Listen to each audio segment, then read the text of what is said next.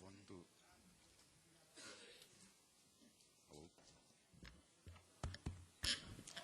Alô. Bom dia a todos. Que cumprimento na pessoa do deputado Carlos Alberto, que hoje preside essa audiência pública. Cumprimento a todos os que fazem parte da mesa. Queria fazer um agradecimento especial à deputada Andréa Zito, que viabilizou essa reunião. E me foram feitas 3 perguntas. Quais os fundamentos de uma lei orgânica no Estado brasileiro? Qual a importância de uma lei orgânica para a sociedade brasileira? E por que os auditores fiscais devem ser regidos por uma lei orgânica? Vou tentar responder a essas 3 em conjunto. É preciso, antes de mais nada, verificar qual é a importância da fiscalização no Estado brasileiro, para que ela serve, né? E qual é o poder que essa fiscalização tem sobre a vida das pessoas. Certamente, é um enorme poder que a fiscalização tem sobre todos nós, para o bem ou para o mal. Tanto para promover a justiça social e a justiça fiscal, como para ser também instrumento, muitas vezes, ou potencialmente pode acontecer, instrumento de perseguição ou de proteção indevida. Então, por isso, a farta legislação tributária, começando pelo Código Tributário Nacional, estabelece que a fiscalização ela deve ser exercida de forma desconcentrada. Por que desconcentrado? Quanto mais concentrado é o poder, maior a possibilidade de seu uso indevido. Então, por isso, a legislação diz que a autoridade administrativa na Receita Federal é aquele que lança o crédito tributário, ou seja, o auditor fiscal. Por quê? Porque não concentrou na mão do órgão, do secretário da Receita, esse poder. Porque o interesse público é maior. E em função desse interesse público, essa pulverização deve ser efetuada, essa pulverização do poder, justamente para garantir que todos sejam fiscalizados sem perseguição e sem proteção indevida. E aí eu pergunto, não vai nenhuma crítica aqui, apenas para constatarmos, né, esses recentes escândalos que estão acontecendo no Distrito Federal. Alguém aqui sabe se a Receita Federal está fiscalizando essas pessoas? Eu não sei. Eu sou presidente do sindicato e não sei, e tenho absoluta certeza de que ninguém sabe. E hoje vi, a Polícia Federal está pedindo a quebra do sigilo fiscal dessas pessoas, ocupando um espaço que tem que ser do órgão. E por que esse espaço não é devidamente ocupado? Porque quem tem que abrir essa fiscalização tem um instrumento que se chama mandado de procedimento fiscal, pelo qual nenhum auditor fiscal pode dar um passo sem ordem superior. E onde é que está o interesse público? E onde é que está a proteção da justiça fiscal? Se esse poder, apesar de toda a farta legislação dizer que ele tem que ser desconcentrado, fica concentrado na mão de poucos. Vamos supor que um auditor fiscal, cioso do seu dever, fosse lá aos sistemas informatizados da Receita e buscasse algum indício de sonegação fiscal nessas ações. O senhor sabe o que aconteceria, deputado Carlos Alberto?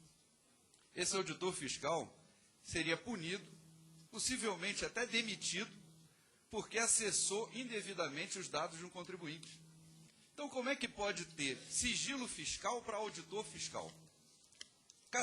Como o interesse público vai ser protegido se o auditor fiscal, ao acessar os dados de um contribuinte para verificar a sua situação perante o fisco, e no interesse da sociedade, pode inclusive ser demitido por ter acessado esses dados, e quando a obrigação seria o auditor acessá-los, representar, caso verificado algum indício de irregularidade, e imediatamente iniciar a fiscalização.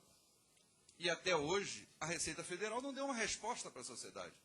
Todo mundo aqui, no Brasil todo, está esperando, mas essas pessoas estão sendo fiscalizadas? Iniciou-se o procedimento de fiscalização sobre essas pessoas? E a Polícia Federal, o poder não tem vazio, a Polícia Federal já está querendo fiscalizar essas pessoas, no lugar da Receita Federal. Isso tudo acontece porque o órgão tem poder concentrado. ao contrário do que reza e prega a legislação. Agora, vamos supor que esse auditor pudesse efetivamente, senhor presidente, pudesse efetivamente fiscalizar algumas, não estou pessoalizando no Distrito Federal ou fora do Distrito Federal, alguma pessoa sobre o qual que tivesse muito poder, muita influência, poder econômico, poder político, e que fosse, então, fiscalizado por um fiscal da Receita Federal. Quais são as garantias que esse fiscal tem para fazer o correto enfrentamento do poder econômico e do poder político? Então, isso é a lei orgânica do fisco.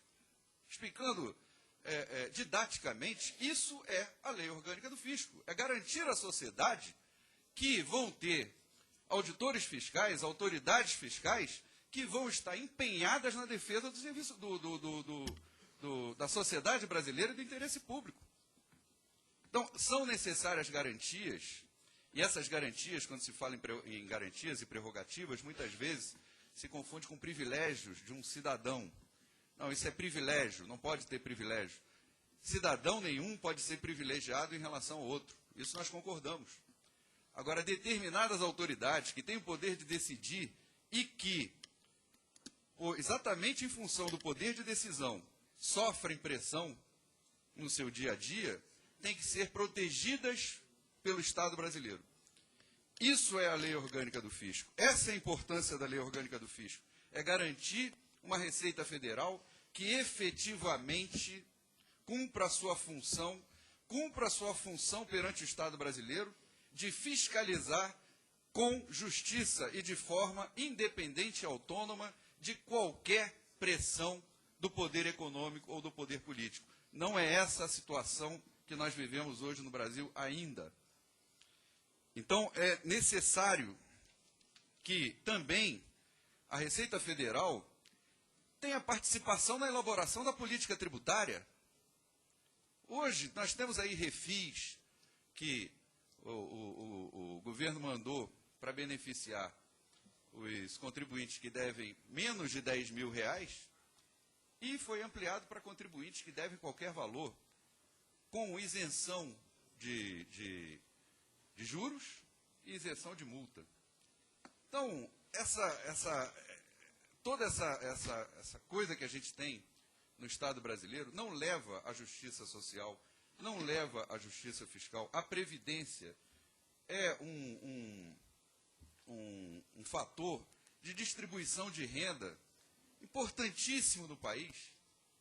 A Previdência nos municípios distribui mais renda do que qualquer Bolsa Família. Então, a Receita Federal, que embute a fiscalização tributária, a fiscalização previdenciária, não deve ter a devida importância e ser reconhecida como um órgão de Estado e ter reconhecido dentro desse órgão de Estado as suas autoridades de Estado, para que possam desempenhar de uma forma soberana, de uma forma independente, de uma forma autônoma, e possam desempenhar as suas funções dessa maneira? E quanto, para finalizar, presidente, quanto às carreiras, nós precisamos, hoje nós vivemos uma mistura de carreiras dentro da Receita Federal. Nós não temos a definição de quem faz isso, de quem faz aquilo outro. Temos lá o auditor fiscal, o lançamento, confunde as atribuições ou há uma tentativa de confusão dessas atribuições.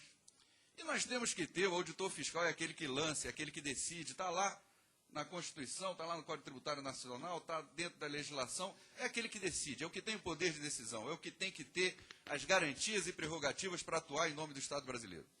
Mas tem que ter aquele que prepara o processo, aquele que analisa, aquele que dá os subsídios para o auditor fiscal fazer o seu trabalho. Ele não pode fazer tudo, até porque seria desperdício de recursos públicos. Então tem que ter aquele outro, a outra carreira, que vai desempenhar essas nobres funções de preparo, de atendimento ao público, de análise dos processos. Né? E tem que ter também uma terceira carreira, que é a carreira hoje ocupada pelos nossos colegas PCCs, e que tiraram de